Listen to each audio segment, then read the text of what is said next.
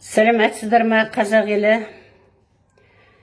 Мен бүгінгі жолдауымды Қасым-Жомарт Тоқаевқа, Кәрім Мәсімовқа, Тұрғынбаевқа, Малыбаевқа жолдағым келеді. Өйткен себебім өздеріңізге белгілі, осы айдан 5 ай бұрын құзырлы органдар түрмеге қамап Дулат Ағаділді өлтіргендігі жөнінде бүкіл Қазақстанға белгілі болып отыр. Соған 5 ай толғанына ас бердім 24 күні. Соған жерден адамдар келді. Адамдар келіп, Құран бағыштап, асарға келіп, асарға көмек жасап кеткен. Ол Дулаттың баласын өлтіргенімен қоймай, 6 баласын далада қалдырмақшы болып, құзырлы үкіметтің біреуінен қайыр жоқ, қалың қазақ елі менің баламның үй салып бермекші болған. Соған кедергі болып жатыр. Неге олар кедергі болады? Шауып жүрген 6 баланы асырап отқан адамды өлтірді. Оның сыртында енді соған келіп қол жайған адамдарға бұл кісілер неге қол жайдың деп Баянауылдан, Атыраудан кімді?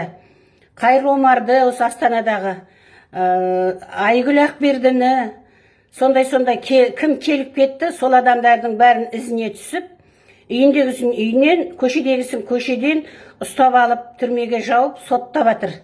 Ол не себеп?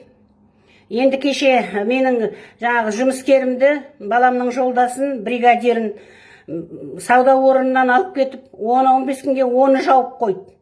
Енді соны іздеп барған, бізге тіпті рободаның есігінен де көтеріліп үлгерген жоқпыз. Аузымызды ашып үлгерген жоқпыз.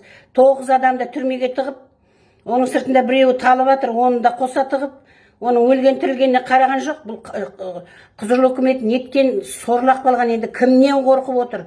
Кімнен не қылып отыр? Өліп қалған Дулаттан қорқып отыр ма? Айналайын, әруағыңнан айналайын Дулат, бүкіл әлемді қорқытып отырсың. Соған да мен ризамын, жаным. Енді әруағынан қорқсай, өз жерге сол молаға дейін еріп баруға ұялыңдарса, сендер үйіне бардыңдар, шеру жасадыңдар дейді. Енді шеру жасадыңдар десем, бүгін айналайын мамай ренжіме, кеше менің алдыма келіп, батамды алып, келіп, көңіліңді білдіріп кетіп едің, бірақ сіз бүгін неге шыққанда, сізге ешкім қарсы тұрған жоқ. Сол сияқты өткенде бізді есіктен көтерілген бетте бізді ұстап алды да түрмеге қамады. Енді сонда біз сіздерден ұлықсат сұрауымыз керек па? Оларды неге қамайды? Неге соттайды оларды? 15 күнге алды, 15 күнге арты 83 мың штраф салып жатыр. Әлде сіз үкіметтің қалтасын толтыруға істеп жатсыз ба? Мен сізге түсінбедім. Мен баламның 8 күні үй бітіргеніне, қалың қазақ салып бергеніне рахматымды айтып, баламның келген кісілерге рахматымды айтам. Ешкім сізді Ақорданың алдына барып қопарып тастайын деп жатқан жоқ. Олар тоқы қол жаюға келген кісілер. О жерден ешкім террорист болып жатқан, террорист жоқ о жерде. Сіздер бізге қысым көрсетіп жатсыздар. Біз сіздерге қысым көрсеткен жоқпыз әлі. Егер бұлай бола беретін болса, қалың қазақтың қарғысына ұшырайсыңдар. Дулатқа айтқанда көрдіңіздер ғой, егер біздің семьяға бірдеңе болатын болса, сіздің итак давлениеңіз бізге күшті болып тұр қазір. Егер менің балаларымның бірдеңе болатын болса, қалың қазақтың тұратынына мен сөз берем. Қайтқанда көрдіңіз ғой, қалың қазақ қалай Дулатты не қылғанын. Енді міне, менің Дулатымның отбасына покой беріңіз. Келген адамын Құран оқытуға мұрша беріңіз. Менің адамдарымызға тимеңіз. Қасым-Жомарт Тоқаев, мен сізге қатаң тапсырам.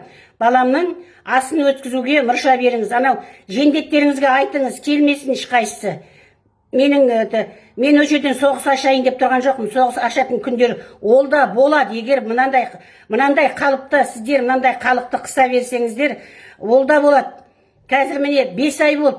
Кімді жарылқабатсың? 42 мың деп. Бір ай бердің, одан кейін берген жоқсың. Енді 22 мыңға қалың қазақты тығып қойып отырсың ғой. Жұрттың аштығы жетеді. Ол мен айтпай-ақта халық өзі білет, халық өзі көтерілет.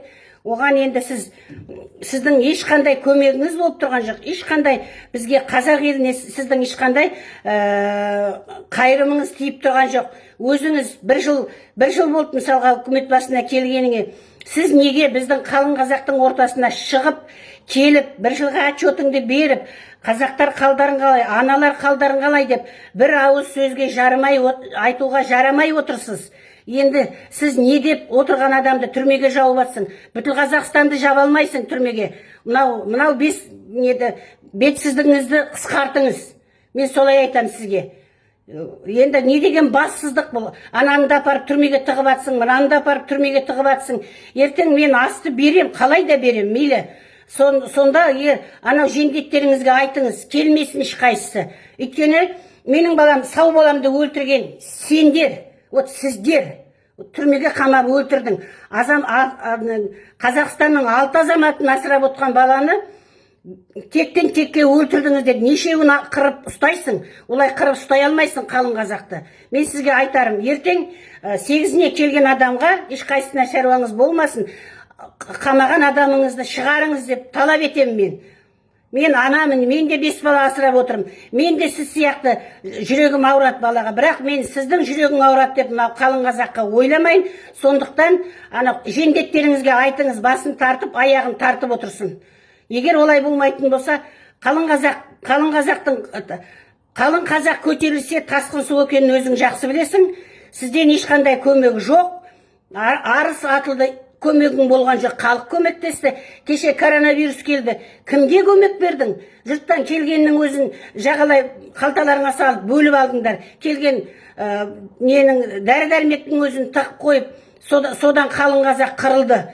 Сіз сол қалың қазақтың ортасында отырып, бір көмегің жоқ сіздің. Сізді сонда біз қалай президент деп атаймыз? Мен түсінбедім сізге. Сондықтан мен баламның 8 күні асын өткізем. Өйткені мен жай өлім емес, ол сіздердің қолыңыздан өлтірген өлім.